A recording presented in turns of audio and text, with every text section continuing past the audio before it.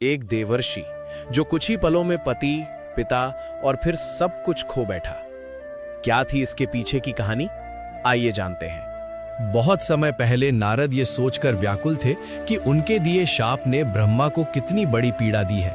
ये बात वे लेकर विष्णु के पास वैकुंठ पहुंचे। विष्णु उनकी चिंता सुनकर केवल मुस्कुरा दिए और बोले, ये सब माया है।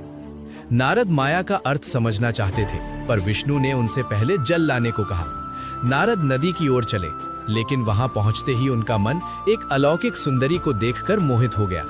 वे सब कुछ भूल बैठे, विष्णु, उनका संदेश और अपनी तपस्या। उन्होंने उस युवती से विवाह किया, नदी किनारे घर बसाया और धीरे धीरे एक सुखी परिवार के साथ वर्षों बिता दिए।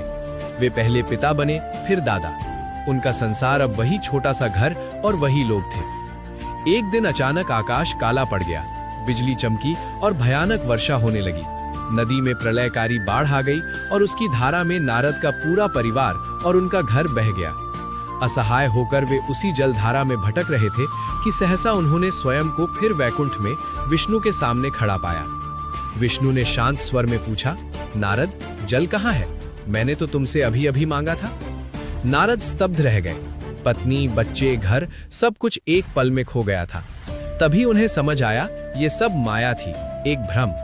विष्णु मुस्कुराए और बोले कि यही माया है, वो जो क्षण भंगुर संसार से हमें बांध देती है, असीम सत्य को भुलाकर सीमित वस्तुओं के पीछे दौड़ने को विवश कर देती है। यही आसक्ति पीड़ा का कारण बनती है और इसी से मुक्त होकर ही मोक्ष मिलता है। इतना कहकर विष्णु फिर मुस्कुराए और बोले, तैयार हो जाओ नारद, अभी माया के और भी अनेक रूप तुम्हें देखने हैं।